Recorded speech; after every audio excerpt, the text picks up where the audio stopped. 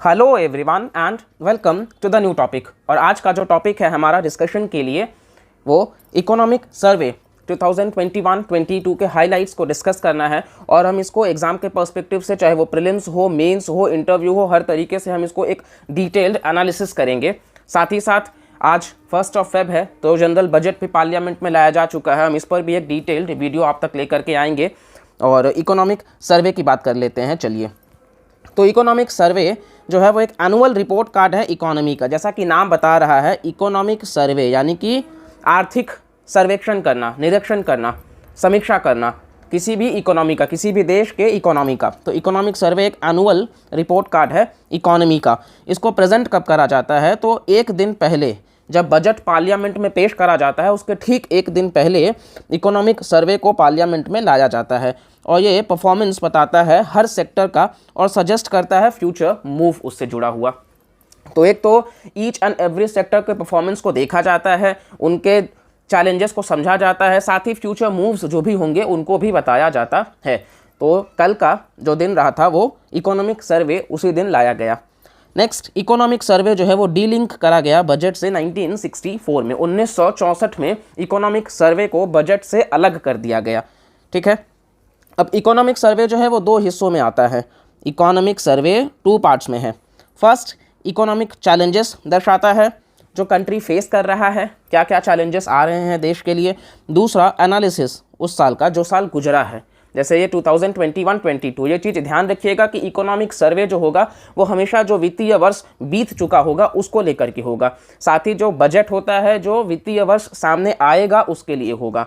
Economic survey गुजरा हुआ और बजट आने वाला, ये आपको डिफरेंस ध्यान रखना है।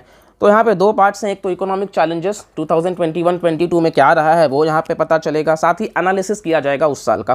ठीक है, इसको प्रिपेयर कौन करता है? काफ़ी बार क्वेश्चंस पूछा जाता है, बीट एनी एग्जाम, यूपीएससी हो, स्टेट पीसीएस हो, एसएससी हो, आरबीआई हो, कहीं पे भी हो, तो इकोनॉमिक सर्वे कौन प्रेजेंट करता है? तो ये आपको ध्यान रखना है कि प्रिपेयर इकोनॉमिक्स डिवीजन करता है, जो कि डिपार्टमेंट ऑफ इकोनॉमिक अफेयर्स में आता है, मिनिस्ट्री ऑफ फाइनेंस के तहत, under the overall guidance of chief economic adviser. और जैसा कि कल ही हमें न्यूज़ देखने को मिला है, चीफ इकोनॉमिक एडवाइज़र जो है भारत के इस वक्त वह हैं डॉक्टर वी अनंत नागेश्वरन। ये नाम आपको ध्यान रखना है, 1 लाइनर एग्जाम में बिल्कुल पूछा जा सकता है। तो डॉक्टर वी अनंत नागेश्वरन जो है वो भारत के इस वक्त के चीफ इकोनॉमिक एडवाइज़र हैं। तो आपको ध्यान रखना है, department of economic affairs, ministry of finance के द्वारा प्रस्तुत किया जाता है इकोनॉमिक सर्वे। ठीक है, अब थीम क्या रहा है इस बार का इकोनॉमिक सर्वे का? बहुत ही इंपॉर्टेंट है अगेन, क्योंकि ये भी क्वेश्चन पूछा जाता है। तो इस बार का जो सेंट्रल थीम रहा है इकोनॉमिक सर्वे का वो है अजाइल अप्रोच। अजाइल अप्रोच का मतलब क्या कि किस तरीके से इकोनॉमी जो है वो क्विकली ग्रो कर रही है, ईजीली ग्रो कर रही है। क्योंकि हमने देखा है भारत का रिस्पॉन्स क्या रहा है, इकोनॉमिक रिस्पॉन्स कोविड-19 पैंडेमिक को लेकर के, और इसी वजह से इसका जो थीम रखा गया है इस बार का वो है अजाइल अप्रोच। 2017-18 का इकोनॉमिक सर्वे अगर आपको ध्यान होगा तो वो पिंक निकाला गया था, क्योंकि वो वुमेन्स एम्पावरमेंट से जुड़ा हुआ था। चलिए, ठीक है, अब नेक्स्ट आते हैं, कुछ प्रोजेक्शंस को देख लेते हैं। और इन प्रोजेक्शंस, ये जो डेटा है आप इसको बिल्कुल नोट डाउन कर सकते हो, वरना हम पीडीएफ अपने टेलीग्राम चैनल पे प्रोवाइड करा देंगे, क्योंकि ये डेटा गवर्नमेंट का ऑफिशियल डेटा है। तो आप मेंस में बिल्कुल इनको लिख सकते हो, इवन प्रीलिम्स में भी क्वेश्चंस अगर यहाँ से बनता है तो आपको बहुत बारीकी से देखना है, रटना नहीं है, सिर्फ आराम से देखिएगा, कॉन्सेप्ट क्लियर होगा। चलिए, इंडियन इकोनॉमी जो है वो एक बहुत ही अच्छे पोजीशन में है, जो विटनेस कर सकती है जीडीपी ग्रोथ ऑफ 8 to 8.5% इन 2020-23। तो जो इकोनॉमिक सर्वे है वो इनका कहना ही यही है कि भारतीय इकोनॉमी जो है वो जीडीपी ग्रोथ 8 से लेकर के 8.5% तक का ग्रोथ देखने को मिलेगा वित्तीय वर्ष 2022-23 के मद्देनज़र। साथ ही सप्लाई साइड में रिफॉर्म्स करे गए हैं, कैपिटल एक्सपेंडिचर जो है उनमें, और साथ ही एक्सपोर्ट्स जो हैं वो ग्रोथ ड्राइवर्स रहेंगे अगले फाइनेंशियल ईयर के। Supply side reforms, capital expenditure, क्योंकि हमारा फोकस जो है वो कैपिटल एक्सपेंडिचर पे है, इंफ्रास्ट्रक्चर पे है। साथ ही एक्सपोर्ट्स, ज़्यादा से ज़्यादा एक्सपोर्ट करना, सेल्फ रिलायंट इंडिया की तरफ हम आगे बढ़ रहे हैं, आत्मनिर्भर भारत। तो इस वजह से हमारा जो ग्रोथ रहेगा वो इन पर निर्भर करता रहेगा। एग्रीकल्चरल ग्रोथ जो रहा है फाइनेंशियल ईयर 2022 का वो 3.9% और इंडस्ट्रियल ग्रोथ 11.8%। ये डेटा आप ध्यान रखिएगा, एग्रीकल्चरल ग्रोथ 3.9% और इंडस्ट्रियल ग्रोथ 11.8%। ठीक है, अब ओवरऑल इकोनॉमिक एक्टिविटी अगर देखें तो वो रिकवर करा गया है past the pre pandemic levels. Pre pandemic levels, pandemic के आने के पहले से जो भी लेवल रहा है वहाँ से कहीं ना कहीं जो इकोनॉमिक एक्टिविटी है वो रिकवर करता जा रहा है। साथ ही एग्रीकल्चर और अलाइड सेक्टर्स जो हैं वो लीस्ट इम्पैक्टेड रहे हैं पैंडेमिक के द्वारा, और ये जो सेक्टर है वो एक्सपेक्टेड है ग्रो करेगा 3.95 इन ईयर 2021-22। तो ये आपको ध्यान रखना है कि एग्रीकल्चर जो है वो कहीं ना कहीं आपको एग्रीकल्चर और अलाइड सेक्टर्स वो लीस्ट इम्पैक्ट करे हैं पैंडेमिक के द्वारा, और सेक्टर जो है वो एक्सपेक्ट करता है ग्रोथ 3.95% का 2021-22 में, क्योंकि हमारी इंडियन इकोनॉमी जो है वो एग्रेरियन इकोनॉमी है, तो इस वजह से हमारे यहाँ एग्रीकल्चर जो है वो बहुत ही ज़्यादा इंपॉर्टेंट रोल प्ले करता है, क्योंकि जो प्राइमरी, सेकेंडरी और टर्शियरी सेक्टर्स है इकोनॉमी का, तो बहुत बड़ा भार जो है वो प्राइमरी सेक्टर पे जाता है, यानी कि एग्रीकल्चर सेक्टर पे जाता है, क्योंकि लगभग 55% पॉपुलेशन आज भी एंगेज्ड है एग्रीकल्चर में ही, और 16 to 17% जीडीपी में कंट्रीब्यूशन जो है वो एग्रीकल्चर से ही देखने को मिलता है। चलिए, सर्विसेज सेक्टर जो है वो हार्डेस्ट हिट करे गए हैं पैंडेमिक के द्वारा। तो कौन सा सेक्टर को सबसे ज़्यादा दुष्प्रभाव देखने को मिला है पैंडेमिक के वजह से? तो सर्विस सेक्टर, जो कि इंडिया का आप कह सकते हो कि बूम होता है हमेशा, क्योंकि भारत हमेशा सर्विसेज के लिए ही जाना जाता है। इवन हम RPEC वगैरह जो हैं वो अगर हम ज्वाइन नहीं किए हैं तो उसका कारण ही यही है कि कहीं ना कहीं मतलब हम सर्विसेज सेक्टर जो है उस पर फोकस करना चाहते हैं। तो ये हार्डेस्ट हिट करा गया है पैंडेमिक के द्वारा। ठीक है, चलिए अब नेक्स्ट आपको लिए चलते हैं। सर्विसेज सेक्टर जो है वो एस्टिमेटेड है ग्रो करने के लिए 8.2% दिस फाइनेंशियल ईयर। इस वित्तीय वर्ष जो होगा वो सर्विस सेक्टर माना जा रहा है कि 8.2% तक ग्रो कर सकता है। चलिए, टोटल कंजम्पशन जो है वो माना गया है ग्रो करने के लिए 7.0% इन 2021-22। तो जो टोटल कंजम्पशन होगा वो भी बढ़ता जाएगा, क्योंकि कंजम्पशन जब बढ़ेगा तभी डिमांड और सप्लाई का जो चेन है वो आगे बढ़ेगा, और उसी वजह से इकोनॉमी जो है जो विशियस साइकिल होता है अपने आप में, क्योंकि ये सारे के सारे फैक्टर्स एक साथ जुड़े हुए होते हैं, तो वो आगे बढ़ेगा। इस वजह से कंजम्पशन का रोल बहुत ही इंपॉर्टेंट है। तो ये माना गया है कि बढ़ करके वो 7% तक को जाएगा 2021-22। स्टार्टअप्स जो है भारत में वो रिमार्केबली बढ़े हैं ओवर द लास्ट 6 ईयर्स। ये बहुत ही इंपॉर्टेंट पॉइंट है, जब भी आप मेंस में आंसर लिख रहे हो आप उसको दर्शा सकते हो कि भारत में स्टार्टअप्स जो हैं वो कंसिस्टेंटली आप कह सकते हो बढ़े हैं पिछले 6 से 7 सालों में। नंबर ऑफ स्टार्टअप्स जो हैं वो बढ़े हैं 733 से लेकर के 14,000 तक। तो आप देख सकते हो नंबर ऑफ स्टार्टअप्स जो है वो 2016-17 में 733 हुआ करता था, और जहाँ से लेकर के कि वो आप 14,000 तक देख सकते हो 2021-22 में। तो इस तरीके से आप इसको डेटा को दिखा सकते हो। ये आप इस तरीके से डेटा को आप कभी भी दिखाइए मेंस के आंसर राइटिंग में, तो आप इस तरीके से उनको दिखाइए, तो ये कैसा है कि देखने में भी अच्छा लगता है। चलिए, नंबर ऑफ स्टार्टअप्स बढ़े हैं, ये डेटा आप रटिए मत, लगभग आप डेटा को याद कर लीजिए कि 700 के अप्रॉक्स में था, जो कि 14,000 तक पहुंच चुका है 6 ईयर्स में, और ये खुद का ऑफिशियल डेटा है इकोनॉमिक सर्वे 2021-22 का। ये ज़रूर से आप कोट करिएगा एग्जाम में। ठीक है, अब नेक्स्ट, इंडिया जो है वो 3rd लार्जेस्ट स्टार्टअप इकोसिस्टम है in the world after the US and China. तो US और चाइना के बाद में सबसे ज़्यादा जो स्टार्टअप इकोसिस्टम हब जो आपको देखने को मिलेगा वो भारत में देखने को मिलेगा। तो हम 3rd लार्जेस्ट स्टार्टअप इकोसिस्टम बन चुके हैं। ये प्रीलिम्स बेस्ड में बिल्कुल स्टेटमेंट बन सकता है। इवन मेंस में सपोर्ट करने के लिए आप अपने आंसर को स्टार्टअप्स पे जब भी आप लिख रहे हो तो आप इसको कोट कर सकते हो। फर्दर एक रिकॉर्ड आपको देखने को मिलेगा कि 44 इंडियन स्टार्टअप्स जो हैं वो अचीव कर चुके हैं यूनिकॉर्न स्टेटस इन 2021। तो 44 इंडियन स्टार्टअप्स को यूनिकॉर्न का स्टेटस मिला है। साथ ही जो ओवरऑल टैली है यूनिकॉर्न्स का भारत में वो 83 पहुंच चुका है, जिसमें से सबसे ज़्यादा जो है वो सर्विसेज सेक्टर को बिलोंग करते हैं। ये आपको ध्यान रखना है। वैसे यूनिकॉर्न का डेफिनेशन क्या होगा, तो एग्जाम के पॉइंट ऑफ व्यू से ध्यान रखिएगा कि यूनिकॉर्न जो है वो एक टर्म जुड़ा हुआ होता है जो वेंचर कैपिटल इंडस्ट्री से जुड़ा हुआ होता है, जो डिस्क्राइब करता है कि प्राइवेटली हेल्ड स्टार्टअप कंपनी है जिनका वैल्यू जो है वो 1 बिलियन का होना चाहिए। अगर $1 बिलियन का वैल्यू है उनका, उस कंपनी का, प्राइवेटली ओन्ड कंपनी का, जो भी स्टार्टअप कंपनी है, तो वो यूनिकॉर्न के स्टेटस में आ जाएगा ऑटोमेटिकली।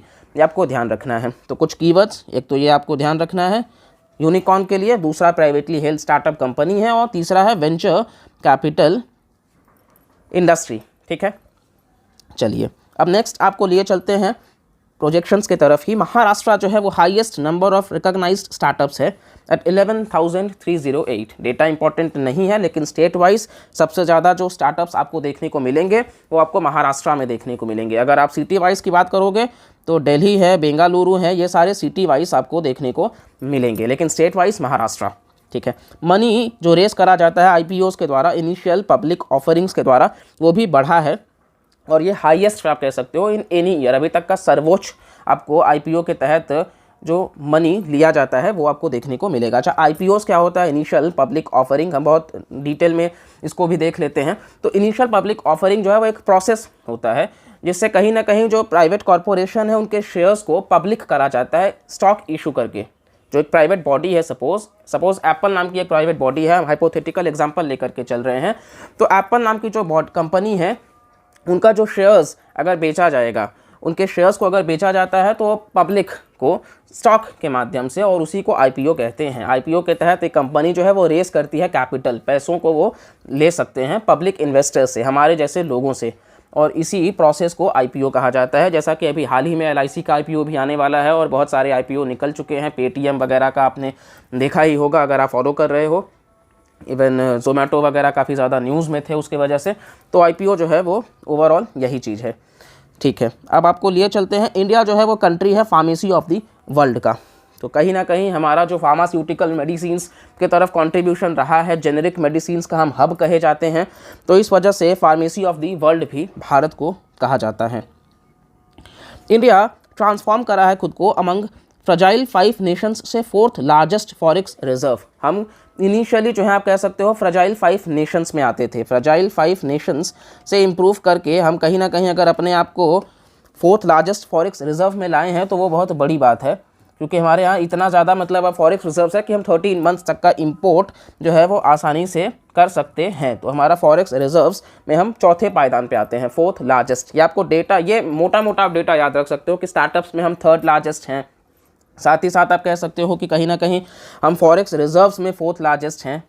इसके पहले अगर आपको हम बता दें कि फ्रजाइल 5 नेशंस में कौन कौन सी कंट्रीज़ आती हैं प्रीलिम्स के पॉइंट ऑफ व्यू से, तो आप ध्यान रखिएगा कि ब्राज़ील आता है, इंडिया, इंडोनेशिया, साउथ अफ्रीका और टर्की, ये नेशंस हैं जो फ्रजाइल 5 में आते हैं। Brazil, India, Indonesia, south Africa और टर्की, ये सारे जो है वो इमर्जिंग मार्केट इकोनॉमीज कहे जाते हैं और ये फ्रजाइल 5 का हिस्सा भी हैं, जो कि 2013 में मॉर्गन स्टैनली के द्वारा ये टर्म बताया गया था, मॉर्गन स्टैनली के द्वारा। ठीक है, एक्सपेंडिचर पॉलिसी जो है सेंट्रल गवर्नमेंट का 2021-22 का, उनका स्ट्रॉन्ग एम्फेसिस रहा है कैपिटल एक्सपेंडिचर पे। जैसा कि आपको बताया गया कि इंफ्रास्ट्रक्चर पे ज़्यादा फोकस रहा है। इसी वजह से आप नेशनल इंफ्रास्ट्रक्चर पाइपलाइन भी सुने होंगे, अभी हम आगे डिस्कस करेंगे। तो ज़्यादा से ज़्यादा फोकस जो है वो इंफ्रास्ट्रक्चर को लेकर के है, जो कि बहुत ही अच्छा चीज़ होता है किसी भी देश के लिए आगे बढ़ने के लिए। हमारा जो एक्सपेंडिचर होना चाहिए वो कैपिटल एक्सपेंडिचर होना चाहिए, ना कि करेंट एक्सपेंडिचर होना चाहिए, क्योंकि कहीं ना कहीं सैलरी को, पेंशन्स को, इन सब के लिए ही हमारा एक्सपेंडिचर नहीं होना चाहिए। हमारा एक्सपेंडिचर कैपिटल होना चाहिए, क्योंकि वो लॉन्ग टर्म में, शॉर्ट टर्म में तो नहीं, लॉन्ग टर्म में उसका बहुत ही ज़्यादा बेनिफिट्स देखने को आपको मिलेगा। ठीक है, साथ ही in order to achieve the GDP of 5 trillion by 2024-25, जो हमारा टारगेट है कि 2024-25 तक जो हमारा जीडीपी है वो फिलहाल जो $3 ट्रिलियन के आसपास का है, तो ये जो हो जाना चाहिए वो 5 ट्रिलियन का हो जाना चाहिए। लेकिन इसको अचीव करने के लिए हमें लगभग 1.4 ट्रिलियन जो है डॉलर्स वो हमें इंफ्रास्ट्रक्चर के ऊपर खर्च करने पड़ेंगे इन साल तक लगातार। 1.4 बिलियन डॉलर्स तक 2024-25 तक हमें इंफ्रास्ट्रक्चर पे ही खर्च करना पड़ेगा। और इसी वजह से आप कह सकते हो कि ये इकोनॉमिक सर्वे जो है वो पॉजिटिव बात कह रहा है कि हमारा कैपिटल एक्सपेंडिचर पे जो है वो ज़्यादा फोकस है। इसी के साथ में फाइनेंशियल ईयर 2008 से 2017 तक इंडिया इन्वेस्ट करा है 1.1 ट्रिलियन डॉलर्स ऑन इंफ्रास्ट्रक्चर। 2008 से लेकर के 2017 तक हम 1.1 ट्रिलियन डॉलर्स जो है वो इन्वेस्ट कर चुके हैं इंफ्रास्ट्रक्चर पे। हालांकि कहीं ना कहीं अगर हम अभी तक 1.1 ही किए हैं तो हमें अब 1.4 करना है, तो हमें ज़्यादा से ज़्यादा फोकस जो है वो इन्हीं पे रखना होगा, इंफ्रास्ट्रक्चर पे ही। साथ ही जैसा कि आपसे बताया गया नेशनल इंफ्रास्ट्रक्चर पाइपलाइन, तो नेशनल इंफ्रास्ट्रक्चर पाइपलाइन जो है आपको थोड़ा सा प्रीलिम्स के लिए बता देते हैं, इंपॉर्टेंट है ये स्कीम। तो नेशनल इंफ्रास्ट्रक्चर पाइपलाइन जो है वो बजट स्पीच में आया था, 2019-20 के बजट में आया था, 2019-20 के बजट में आपको देखने को मिल जाएगा। और फाइनेंस मिनिस्टर उस वक्त जो है उन्होंने ही अनाउंस करा था, निर्मला सीतारमण जी ने, कि 100 लाख करोड़ तक का जो है वो इंफ्रास्ट्रक्चर प्रोजेक्ट्स में खर्च करा जाएगा अगले 5 साल में। 100 लाख करोड़ तक का खर्च करा जाएगा अगले 5 साल में, 5 ईयर्स के लिए। ये ड्यूरेशन भी ध्यान रखिएगा, 5 ईयर्स के लिए। और ये जो है वो first of its kind initiative है, प्रोवाइड करने के लिए world class infrastructure across the country और इम्प्रूव करने के लिए क्वालिटी सभी सिटीजन्स का। साथ ही साथ जो इम्पॉर्टेंट है प्रीलिम्स के लिए, ये ध्यान रखिएगा कि ये सोशल और इकोनॉमिक इंफ्रास्ट्रक्चर प्रोजेक्ट्स दोनों को कवर करता है, ठीक है, ये आप ध्यान रखिएगा। सोशल और इकोनॉमिक इंफ्रास्ट्रक्चर प्रोजेक्ट्स दोनों को कवर करता है, क्योंकि सिर्फ सोशल या सिर्फ इकोनॉमिक नहीं आता। इसी के साथ में कहीं ना कहीं अतानु चक्रवर्ती टास्क फोर्स ने रिकमेंडेशंस दिया था। ये कमेटी का नाम ध्यान रखिएगा, अतानु चक्रवर्ती कमेटी जो है उन्होंने इसका नाम रखा, मतलब रिकमेंडेशंस दिया था, ठीक है। चलिए, अब साथ ही आप सभी को बता देते हैं कि ज़्यादा फोकस जो रखा गया था उस पर भी वो है एनर्जी में, रोड्स में, रेलवेज़ में और अर्बन प्रोजेक्ट्स में, जो कि माना जाता है अराउंड 70%। ये देखिए, एनर्जी में, रोड्स में, अर्बन में और रेलवेज़ में। अगर आपको डिक्रीजिंग ऑर्डर में लगाने को आ जाए प्रीलिम्स में, तो आपको ध्यान रखना है सबसे ज़्यादा एनर्जी सेक्टर पे है, इसके बाद में आप कह सकते हो रोड्स पे है, इसके बाद में अर्बन पे है और फिर रेलवेज़ पे है। ऐसा भी क्वेश्चन बिल्कुल पूछा जा सकता है, तो आपको ध्यान रखना है एनर्जी, रोड्स और फिर अर्बन और फिर रेलवेज़। तो 70% जो है वो कैपिटल एक्सपेंडिचर में ही जा रहा है, इंफ्रास्ट्रक्चर इन इंडिया, ठीक है। अब नेक्स्ट आपको लिए चलते हैं, सर्वे जो है वो हाईलाइट करता है कि लोकल लैंग्वेजेस जो है वो प्रमोट करे गए हैं थ्रू नेशनल एजुकेशन पॉलिसी। अब नेशनल एजुकेशन पॉलिसी भी न्यूज़ में था, थोड़ा सा हम इसको रिवाइज़ कर लेते हैं, क्योंकि हमारा जो फोकस है, ऑल्दो हम आप देखते होंगे लेक्चर्स लाने में थोड़ा वक्त लग जाता है, क्योंकि हम क्वालिटी के साथ कॉम्प्रोमाइज़ नहीं करना चाहते हैं, हम बेहतर से बेहतर कंटेंट लेकर के आ रहे हैं, इस वजह से थोड़ा सा वक्त लग सकता है, लेकिन ये हम आपसे वादा करते हैं कि हमसे बेहतर आपको कंटेंट मिलना मुश्किल होगा। चलिए, बस आप सभी का साथ चाहिए और आप सब ज़्यादा से ज़्यादा लाइक करिए, सब्सक्राइब करिए और अपना सपोर्ट बनाए रखिए, ठीक है।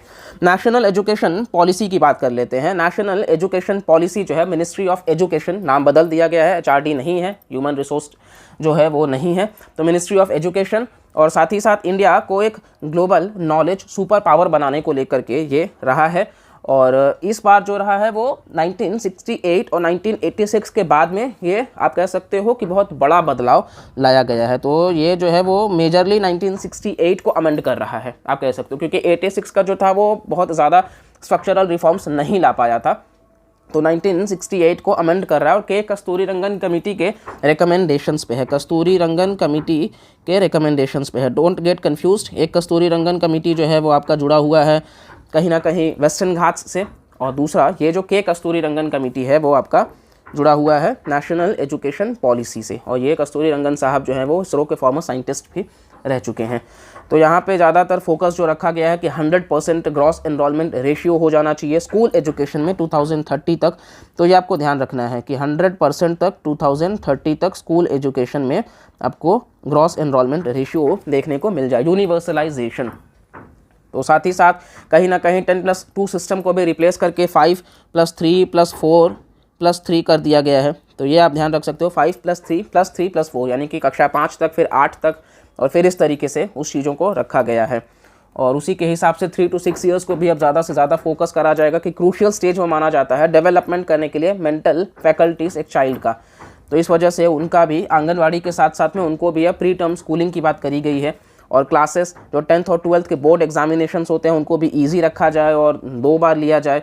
साथ ही स्कूल गवर्नेंस को भी इम्प्रूव करने की बात करी गई है, लिटरेसी, न्यूमेरेसी, वोकेशनल एजुकेशन की बात करी गई है कि क्लास 6 से इंटर्नशिप्स प्रोवाइड कराया जा सके, क्लास 5 तक जो है वो मदर टंग या फिर रीजनल लैंग्वेज में प्रमोट किया जाए। तो काफ़ी सारी बातें करी गई हैं, इवन आप ध्यान रख सकते हो इन सब बातों को। हायर एजुकेशन में भी ग्रॉस एनरोलमेंट रेशियो जो है वो 50% तक का रखा गया है, लेकिन वो 2035 तक रखा गया है। तो ये आपको डेटा थोड़ा आप ध्यान रख सकते हैं कि 100% स्कूल एजुकेशन के लिए 2030 तक, और हायर एजुकेशन के लिए 2035 तक 50% तक का डेटा अचीव करना है हम लोगों को। चलिए, साथ ही अब आपको परख आप जानते ही होंगे, जो है वो नेशनल असेसमेंट सेंटर है जो असेस करने के लिए है स्टूडेंट्स को, परख। तो ये आप ध्यान रख सकते हैं। साथ ही हमारा जो एजुकेशन पे है वो 6% या उससे ज़्यादा का हम खर्च कर सके GDP पे, इसको लेकर के भी है। कॉन्स्टिट्यूशनल प्रोविजंस की बात कर लेते हैं अगर एजुकेशन का, तो पार्ट 4 जो है भारतीय संविधान का आर्टिकल 45 और आर्टिकल 39 क्लॉज F जो कि DPSP में है, वो दोनों के दोनों एजुकेशन की ही बात करते हैं। साथ ही एजुकेशन जो है वो स्टेट लिस्ट से कंकरेंट लिस्ट का हिस्सा हो चुका है और ये 42nd कॉन्स्टिट्यूशनल अमेंडमेंट एक्ट से आपको देखने को मिलेगा। साथ ही 86th अमेंडमेंट एक्ट की वजह से राइट टू एजुकेशन जो है वो फंडामेंटल राइट बन गया अंडर आर्टिकल 21A। तो ये आप पॉइंट्स को बिल्कुल ध्यान रखिएगा। साथ ही राइट टू एजुकेशन एक्ट जो है वो 6 to 14 ईयर्स के बच्चों को फ्री एंड कंपलसरी एजुकेशन की बात करते हैं। काफ़ी सारे स्कीम्स चलाए गए हैं, सर्व शिक्षा अभियान, मिड डे मील स्कीम, तो ये सारे पॉइंट्स को आप कह सकते हो। चलिए, अब साथ ही टैक्स कलेक्शंस जो हैं वो बायंट रहे हैं for both direct and indirect taxes.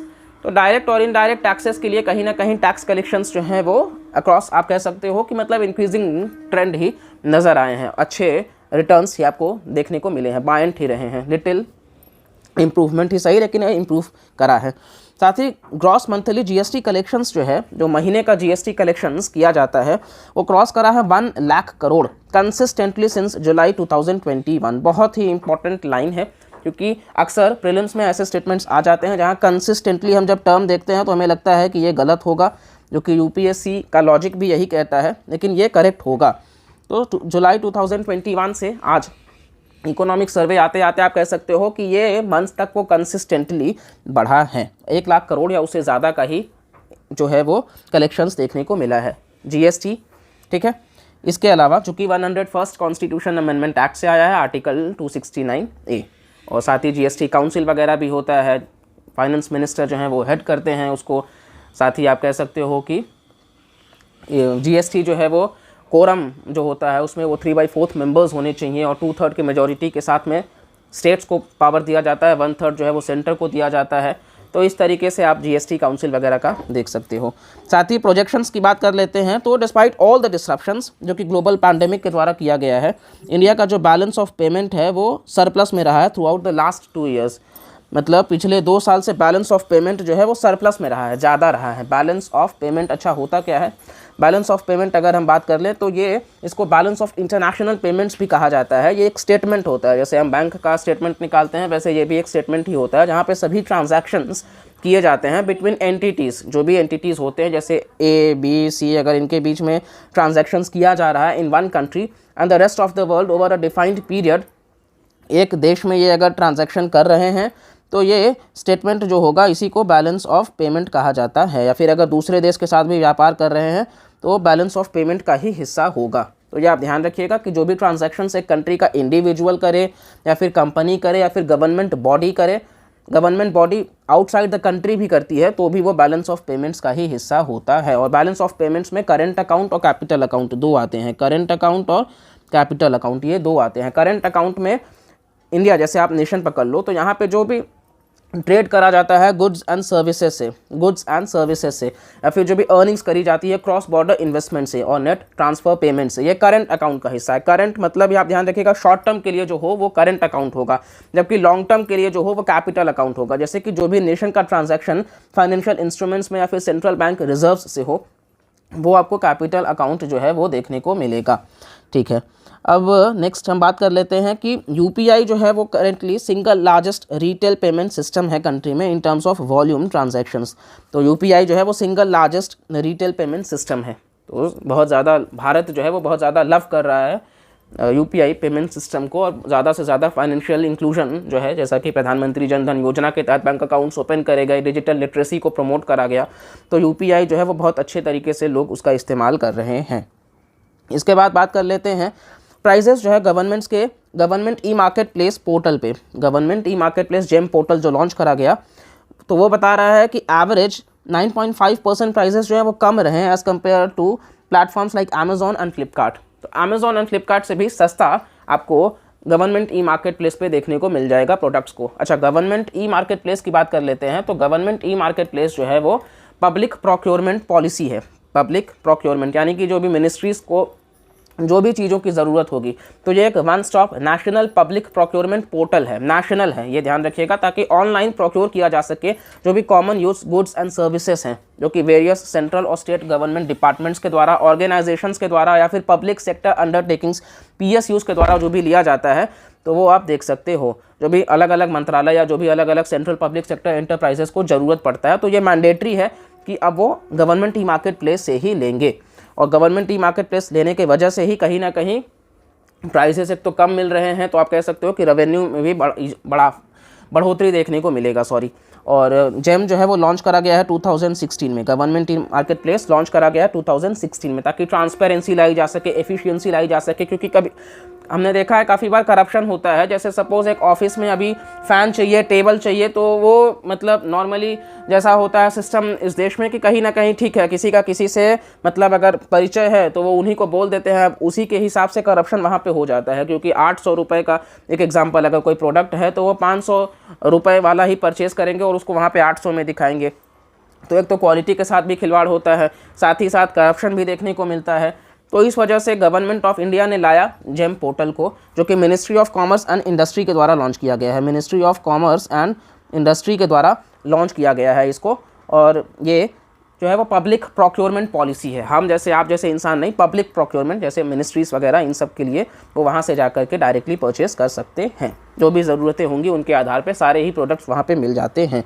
चलिए, इंडिया जो है वो रैंक करा है 35 इन ग्लोबल इनोवेशन इंडेक्स, यानी कि हम 35वें पायदान तक पहुंच चुके हैं ग्लोबल इनोवेशन इंडेक्स में, जो कि वर्ल्ड इंटेलेक्चुअल प्रॉपर्टी वीपो, वर्ल्ड इंटेलेक्चुअल प्रॉपर्टी ऑर्गेनाइजेशन के द्वारा आपको देखने को मिलेगा कि ये जो है आपका ग्लोबल इनोवेशन इंडेक्स वो निकालता है। वीपो के द्वारा इंडिया रैंक्स 35th, मतलब हम 35वें रैंक तक चढ़े हैं, क्लाइंब करे हैं ग्लोबल इनोवेशन इंडेक्स में, जो कि वीपो के द्वारा निकाला जाता है। साथ ही dumping waterfall for the barbell, तो ये क्या है? पहले हम वाटरफॉल का स्ट्रैटेजी लेकर के चलते थे, अभी बारबेल का स्ट्रैटेजी इस बार इस इकोनॉमिक सर्वे या फिर इवन लास्ट इकोनॉमिक सर्वे में भी इस टर्म को बताया गया था। तो ये दोनों में क्या डिफरेंस है ये हम बहुत अच्छे से देख लेते हैं। क्योंकि अगर आपको ध्यान होगा तो यूपीएससी 2021 का जो पेपर रहा है, आप देख सकते हो वहाँ पे एक मीतक-शारा करके एक क्वेश्चन, एक टर्म था। क्योंकि उस वक्त 2020 में सुप्रीम कोर्ट का जो भी गाइडलाइंस आया था, तो महिलाओं को लेकर के जो भी मतलब पैट्रियार्कल राइट्स मिलते हैं लैंड को लेकर के, कि इक्वल राइट होना चाहिए मेल और फीमेल को, मतलब सन और डॉटर को, इफ़ फादर, चाहे मतलब वो कोपासिनरी राइट्स जिसको हम कहते हैं जन्म सिद्ध अधिकार, तो वो पुरुष और महिला को समान मिलना चाहिए। तो वहाँ मीतक-शारा एक टर्म न्यूज़ में था और क्वेश्चन वहाँ से पूछ लिया गया था। तो हम भी यहाँ पे प्रिपेयर कर लेते हैं वाटरफॉल और बारबेल, इनका डिफरेंस। तो चलिए, वाटरफॉल और बारबेल, तो बारबेल स्ट्रैटेजी पर ही हम डिस्कस कर लेते हैं। इस स्ट्रैटेजी के तहत एक कॉम्बिनेशन बनाया जाता है सेफ्टी नेट्स का for vulnerable sections and real time information based policy adjustment. यहाँ पे एक कॉम्बिनेशन होता है, सेफ्टी नेट्स बनाए जाते हैं वल्नरेबल सेक्शंस को लेकर के। वल्नरेबल सेक्शंस जैसे कि आप कह सकते हो पुअर हो गए हैं, मार्जिनली पुअर हो गए हैं, उनके लिए सेफ्टी नेट्स बनाए जाते हैं वल्नरेबल सेक्शंस। और रियल टाइम इन्फॉर्मेशन लाया जाता है, रियल टाइम इन्फॉर्मेशन, जिसके वजह से पॉलिसी एडजस्टमेंट करा जा सकेगा और फिर टैकल किया जा सकेगा जो भी चैलेंजेस पैंडेमिक के द्वारा देखने को मिले हैं। यह है बारबेल स्ट्रैटेजी, यानी कि पहले आप देखिए, उसके हिसाब से पॉलिसी में एडजस्टमेंट लाइए और जो निम्न वर्ग के लोग हैं उनको भी आप इंक्लूड करके उनको उस तरीके से आप उनको बेनिफिट्स दे पाइए। तो यह है बारबेल स्ट्रैटेजी। अब वाटरफॉल स्ट्रैटेजी क्या था? तो वाटरफॉल अप्रोच एक पॉलिसी रहा है 5 ईयर एरा के वक्त से, जब भी 5 ईयर था गांधी जवाहरलाल नेहरू जी के टाइम से, जो कि फॉर्मर प्राइम मिनिस्टर भी रहे हैं। तो फर्स्ट 5 ईयर आप वहाँ से देख सकते हो। तो वहाँ से लेकर के ये चीज़ आपको देखने को मिलेगा। तो वहाँ पे डिटेल्ड इनिशियल असेसमेंट किया जाता था। पहले तो डिटेल्ड इनिशियली ही असेस कर लिया जाता था और फिर इसके बाद में अप फ्रंट प्लान लाया जाता था टैकल करने के लिए प्रॉब्लम को। यानी कि पहले ही वो बना लेते थे सब कुछ और इसके बाद में फिर देखते थे कि प्रॉब्लम क्या है और उसके हिसाब से बाद में चेंजेस को लाते थे। तो ये जो बारबेल स्ट्रैटेजी है वो आप कह सकते हो कि बहुत ही प्रिसाइज तरीके से चीज़ों को समझ करके आगे बढ़ने का, मतलब आप कह सकते हो कि अगर हमारी इकोनॉमी, जैसा कि इनिशियली हमने देखा कि इन्होंने इकोनॉमिक सर्वे ने प्रेडिक्ट करा है कि 8 से 8.5% तक का जीडीपी ग्रोथ रेट देखने को मिलेगा 2022-23 में।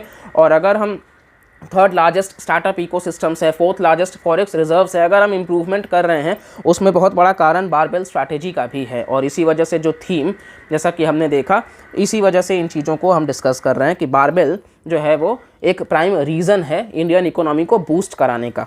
ठीक है, अब नेक्स्ट आपको लिए चलते हैं best places to buy a house according to economic survey. Economic survey के हिसाब से अगर आप दिल्ली, वेस्ट बंगाल और महाराष्ट्र में फ्लैट्स ले रहे हो तो वो बेस्ट होगा, क्योंकि स्टेट गवर्नमेंट्स के द्वारा रिडक्शन करे गए हैं स्टैंप ड्यूटीज़ में और सर्कल रेट्स में, ये आप ध्यान रखिएगा। हाँ, शहरों में बात करिएगा तो मुंबई जैसे, अगर हरियाणा में, मतलब इन सारे जगहों पे आपको देखने को मिलेगा कि वहाँ अभी भी मतलब हाई है, but state wise Maharashtra, West Bengal, even Delhi as a UT, तो यहाँ पे बेस्ट प्लेसेस हैं अगर आपको घर खरीदना है, क्योंकि वेरियस स्टेट गवर्नमेंट्स जैसे इनके द्वारा स्टैंप ड्यूटी और सर्कल रेट में इजाफा नहीं करा गया है या फिर कम करा गया है, ऐसे आप ध्यान रख सकते हो। अच्छा, इंडिया के जो बैंक हैं वो वेल कैपिटलाइज्ड हैं और इस वजह से जो नॉन परफॉर्मिंग एसेट्स का जो समस्या चला आ रहा था उसको स्ट्रक्चरली डिक्लाइन किया जा रहा है। स्ट्रक्चरली यानी कि उसको एक प्रॉपर तरीके से, ऐसा नहीं कि बस एक बार गिरा एक बार उठा। तो सुनील मेहता कमेटी आप ध्यान रख सकते हो, वो एनपीए को टैकल करने के लिए लाया गया था। इवन ऑपरेशन सशक्त जो है वो भी एनपीएस को ही टैकल करने के लिए लाया गया था। इंसॉल्वेंसी एंड बैंक्रप्सी कोड वगैरह भी है। एनपीए 90 डेज अगर हो जाता है तो हम एनपीए उसको कह देते हैं नॉन परफॉर्मिंग एसेट्स। तो इस तरीके से एनपीएस को लेकर के भी एक अलग ही है टॉपिक। खैर, तो ये चीज़ें जो है वो एनपीए से ही जुड़ी हुई हैं, ये आपको ध्यान रखना है। साथ ही इंडिया जो है उसका टारगेट है नेट ज़ीरो एमिशंस का by 2070 to deal with climate change. Climate change को टैकल करने के लिए हमारा जो टारगेट है नेट ज़ीरो एमिशंस का वो 2070 तक का है, 2070 तक का। और इसी के साथ हम आपको लिए चलते हैं सप्लाई साइड रिफॉर्म्स की तरफ। तो मेजर रीज़न जैसा कि आपको बताया, तो बोरवेल स्ट्रैटेजी और दूसरा सप्लाई साइड रिफॉर्म्स, जैसे कि D regulation of numerous sectors. बहुत सारे सेक्टर्स हुआ करते थे तो उनको डी रेगुलेट किया जा रहा है, ज़्यादा से ज़्यादा प्राइवेटाइजेशन की तरफ जा रहे हैं। इवन एयर इंडिया का प्राइवेटाइजेशन भी हो जाना, ये भी अपने आप में एक पॉजिटिव आउटकम लेकर के आता है। प्रोसेसेस का सिंप्लीफाई करना, और यही कारण है कि कहीं ना कहीं वर्ल्ड बैंक के द्वारा ease of doing business index जो निकालता है उसमें इंडिया का रैंक कंसिस्टेंटली इंप्रूव हो रहा है और हम 63 पे आ चुके हैं। तो ये जो कहीं ना कहीं प्रोसेसेस थे बहुत ज़्यादा लीगली, उसको कम किया जा रहा है। साथ ही रिमूवल ऑफ लीगसी इश्यूज जैसे कि रिट्रोस्पेक्टिव टैक्स, प्राइवेटाइजेशन और प्रोडक्शन लिंक्ड इंसेंटिव्स। तो रिट्रोस्पेक्टिव टैक्स क्या होता है? रिट्रोस्पेक्टिव मतलब पीछे जाकर के, बैकवर्ड्स। तो पीछे के डेट से अगर किसी चीज़ को हम अप्लाई करते हैं उसी को रिट्रोस्पेक्टिव टैक्स कहते हैं। जैसे ऑर्डिनेंस वगैरह आता है, पॉलिटी में हमने पढ़ा है, तो काफ़ी बार ऑर्डिनेंस जो होता है वो कहता है कि रिट्रोस्पेक्टिवली उसको कवर कर रहा है। जैसे जीएसटी हमने देखा, तो जीएसटी भी रिट्रोस्पेक्टिव टैक्स ही है, आप कह सकते हो। इवन कास्केडिंग टैक्स भी उसको कहते हैं, हालांकि वो जो टैक्स ऑन टैक्स है उसको वो मतलब रोकता है और डबल टैक्सेशन वगैरह को भी अवॉइड करने की ही बात करता है। प्राइवेटाइजेशन का हम प्रमोट कर रहे हैं, प्रोडक्शन लिंक्ड इंसेंटिव्स की भी बात कर रहे हैं। तो प्रोडक्शन लिंक्ड इंसेंटिव्स की बात कर रहे हैं तो हम प्रोडक्शन लिंक्ड इंसेंटिव्स के बारे में भी देख लेते हैं, ये भी काफ़ी न्यूज़ में था। तो प्रोडक्शन लिंक्ड इंसेंटिव्स में बहुत सारे मतलब मैन्युफैक्चरिंग प्रोडक्ट्स को बूस्ट करने के लिए है, जैसे इनिशियली 10 के लिए था, साथ ही अब टेक्सटाइल सेक्टर इन सब को भी उसमें ला दिया गया है प्रोडक्शन लिंक्ड इंसेंटिव में। तो ये बूस्ट करने के लिए है डोमेस्टिक मैन्युफैक्चरिंग को और कट डाउन करने के लिए इंपोर्ट बिल्स को। ज़्यादा से ज़्यादा हम इंपोर्ट ना करें, वो जो इंपोर्ट बिल है उसको कम करें और हम बूस्ट करें अपने डोमेस्टिक मैन्युफैक्चरिंग को, यानी कि अपने एक्सपोर्ट्स को हम बढ़ावा दे सकें।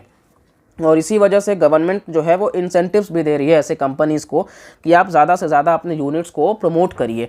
और इसी के साथ ही apart from inviting foreign companies, ना सिर्फ फॉरेन कंपनीज़ बल्कि जो भारत की लोकल कंपनीज़ भी हैं उनको भी एक्सपैंड किया जाने की बात करी गई है। इनकरेज किया जा रहा है कि आप ज़्यादा से ज़्यादा आइए। ऑलरेडी इन सेक्टर्स में जो कंपनीज़ अप्रूव करी गई हैं, जैसे कि आप कह सकते हो ऑटोमोबाइल्स हो गया, फार्मास्यूटिकल्स हो गया, IT इंडस्ट्री हो गए, हार्डवेयर हो गए जैसे कि लैपटॉप्स वगैरह, मोबाइल फ़ोन्स, टेलीकॉम इक्विपमेंट, साथ ही साथ वाइट गुड्स हो गए, केमिकल सेल्स हो गए, फूड प्रोसेसिंग हो गया। तो इन सब को आप कह सकते हो कि ये सब ऑलरेडी इसमें कवर करे गए हैं। इसी के साथ ही आप देख सकते हो कि प्रोडक्शन लिंक्ड इंसेंटिव स्कीम जो है वो काफ़ी हद तक इम्पॉर्टेंट माना जाता है। ठीक है, अब इसके बाद में आपको लिए चलते हैं सीधा का सीधा हम स्नैपशॉट की तरफ, कुछ चीज़ों को हम देख लेते हैं। तो स्नैपशॉट की बात कर लेते हैं। इंडियन इकोनॉमी GDP ग्रोथ, जैसा कि आपसे हमने दिखाया, तो आप देख सकते हो GDP ग्रोथ जो है वो 8 to 8.5% प्रोजेक्ट किया गया है इस बार का। कंसिस्टेंटली आप कह सकते हो कि यहाँ 2 साल से कम हो रहा था। 1920 में आप देखिए 4 के आसपास था, 2021 में -7.3 हम जा चुके थे जब कोविड-19 का दस्तक हो चुका था। हालांकि हम 21-22 में इम्प्रूव भी किए हैं और अब वहाँ से थोड़ा सा कम हुआ है 22-23 का जो प्रोजेक्टेड है, और वो 8.0 to 8.5% है। तो ये कम हुआ है, ये ध्यान रखिएगा, पिछले साल से कम हुआ है 2021-22 से। हालांकि भारतीय इकोनॉमी को कहा जा रहा है कि वो वी शेप्ड रिकवरी दिखा रहे हैं। वी शेप्ड रिकवरी में आप ध्यान रखिएगा कि परमानेंट जॉब लॉस नहीं होता है और ये सेकेंड बेस्ट रिकवरी माना जाता है। और इसी के साथ ही फिस्कल डेफिसिट की बात कर लेते हैं। तो फिस्कल डेफिसिट जो है वो 2021-22 में 6.8 जो है वो फिस्कल डेफिसिट को रखा गया है। तो फिस्कल डेफिसिट 2021 में तो 9.2 के आसपास हुआ करता था, लेकिन इस बार आप देख सकते हो 6.8% का है। इसी के साथ ही इन्फ्लेशन आप देखो अगर, तो CPI कंबाइंड और WPI, तो WPI जो है वो बढ़ रहा है, होलसेल प्राइस इंडेक्स। CPI भी 5.2 के आसपास है, जबकि RBI के हिसाब से जो मॉनेटरी पॉलिसी कमेटी होती है जिसमें कहीं ना कहीं 6 मेंबर्स होते हैं, 3 आरबीआई की तरफ से, 3 गवर्नमेंट ऑफ इंडिया की तरफ से, और उसको हेड आरबीआई के ही जो गवर्नर हैं जैसे इस वक्त शक्तिकांत दास जी हैं तो वो करते हैं। तो उसका जो पॉलिसी है कि 4% ±2% होना चाहिए, ये टारगेट रखा गया है, यानी कि 2 से 6 के बीच में होना चाहिए। तो सीपीआई कंबाइंड तो 5.2 है, लेकिन डब्ल्यूपीआई आप देखोगे तो 12.5% है। खैर आप ध्यान रखिएगा कि जब भी इन्फ्लेशन टारगेटिंग को लिया जाता है तो हमेशा सीपीआई को कंसीडर करके चला जाता है, डब्ल्यूपीआई होलसेल प्राइस इंडेक्स को कंसीडर नहीं किया जाता है।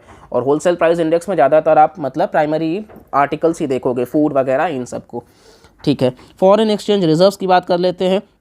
आप देखिए फॉरेन एक्सचेंज रिजर्व्स कंसिस्टेंटली बढ़ रहे हैं। आप देखोगे ये ट्रेंड जो है ये कंसिस्टेंटली ऊपर जा रहा है। तो अभी जो है वो 633.6 है, आपको ध्यान रट्टा नहीं करना है, बस आप ये ध्यान रखिएगा कि ये कंसिस्टेंटली बढ़ रहा है फॉरेक्स रिजर्व्स।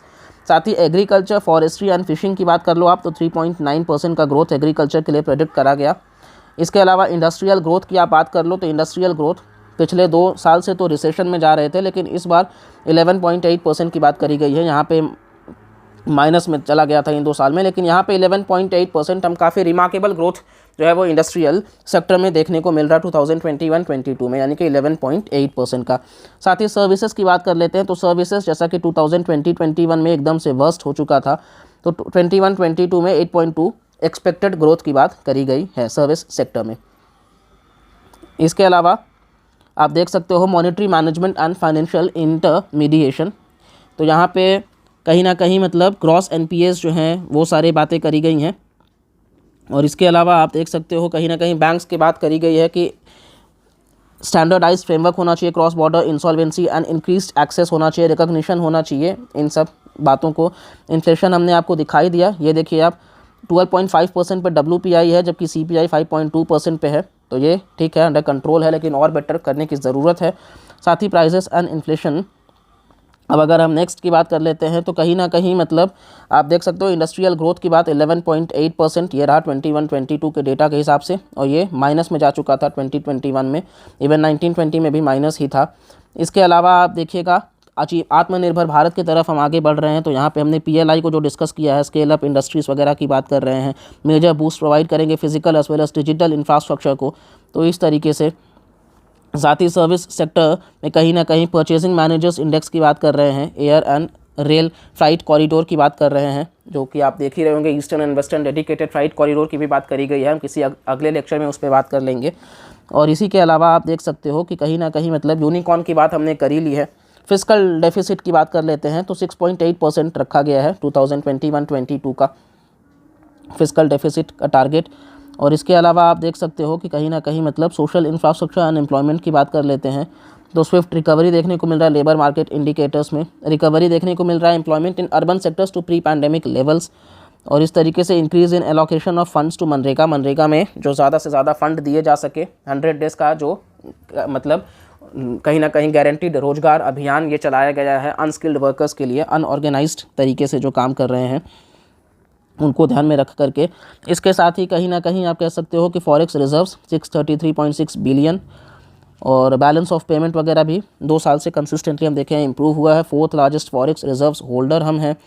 इसी के अलावा फॉरेक्स रिजर्व्स की आप बात कर लो तो ये भी बढ़ा है 633.6, और यही कंसिस्टेंटली आप देखिए बढ़ता ही जा रहा है ट्रेंड फॉरेक्स रिजर्व्स 2020-21 का डेटा।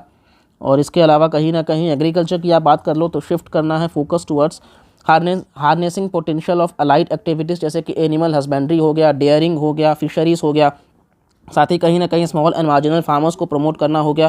क्रॉप डाइवर्सिफिकेशन की भी ज़रूरत है, जैसे कि ऑयल सीड्स पे, पल्सेस पे और हॉर्टिकल्चर पे, क्योंकि सिर्फ हम राइस और व्हीट को प्रमोट नहीं कर सकते हैं ग्रीन रिवॉल्यूशन के तहत, क्योंकि उसी के वजह से आज आप देख सकते हो पंजाब, हरियाणा जैसे स्टेट्स में, इवन वेस्टर्न उत्तर प्रदेश में जो वाटर टेबल होता है, ग्राउंड वाटर टेबल, वो नीचे जा चुका है बहुत ज़्यादा, और डे 0 तक में भी आने के चांसेस काफ़ी ज़्यादा बढ़ते जा रहे हैं। तो जैसे महाराष्ट्र हो गया, गुजरात हो गया, राजस्थान हो गया, मध्य प्रदेश हो गया, तो यहाँ पे वाटर स्कार्सिटी है। इन चीज़ों को टैकल करने के लिए हमें कहीं ना कहीं ज़्यादा न्यूट्रिशियस क्रॉप्स को प्रमोट करना चाहिए, जैसे कि ज्वार, बाजरा, मिलेट्स, इन सबको।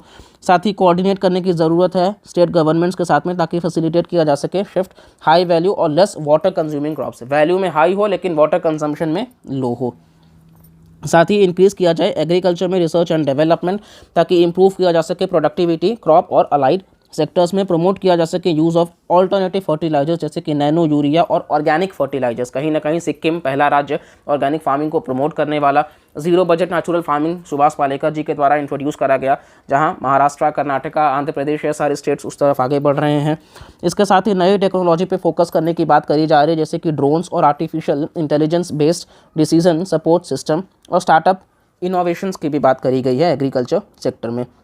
फिर एग्रीकल्चर, फॉरेस्ट्री एंड फिशरीज़ की आप बात कर लो तो 3.9% का ग्रोथ आपको देखने को मिलेगा 2021-22 के बेसिस से। और इन चीज़ों के अलावा फूड ग्रेन्स प्रोडक्शन की अगर हम बात कर ले तो 308.6 फूड ग्रेन्स में प्रोडक्शन इस साल का 308.6। तो ये भी आप देखो कि कहीं ना कहीं मतलब ठीक है, कुछ ऊंचा कुछ नीचा, कुछ ऊंचा फिर बढ़ा है। तो फूड ग्रेन्स प्रोडक्शन भी इस तरीके से आपको देखने को मिल जाता है। तो साथ ही इसी के साथ हमारा जो लेक्चर है इकोनॉमिक सर्वे का थोड़ा बड़ा ज़रूर हो गया है, बट येस ट्रस्ट मी, हमने इसको बहुत ही डिटेल में कवर कर लिया है और यहाँ के बाहर क्वेश्चन बिल्कुल भी नहीं होगा। आपको बस इसी चीज़ को बहुत ईमानदारी से देख लेना है। अगर आपको नोट्स चाहिए होगा आप टेलीग्राम चैनल को ज्वाइन कर सकते हैं, हम वहाँ PDF को प्रोवाइड करा देंगे। हम बहुत जल्द अपने बजट लेक्चर के साथ आपके साथ मिलते हैं। तब तक के लिए ज़्यादा से ज़्यादा लोगों तक शेयर करिएगा, वीडियो को लाइक करिएगा, सब्सक्राइब करिएगा चैनल को, और आपका फीडबैक ज़रूर हम कमेंट सेक्शन में मोस्ट वेलकम है। Thank you.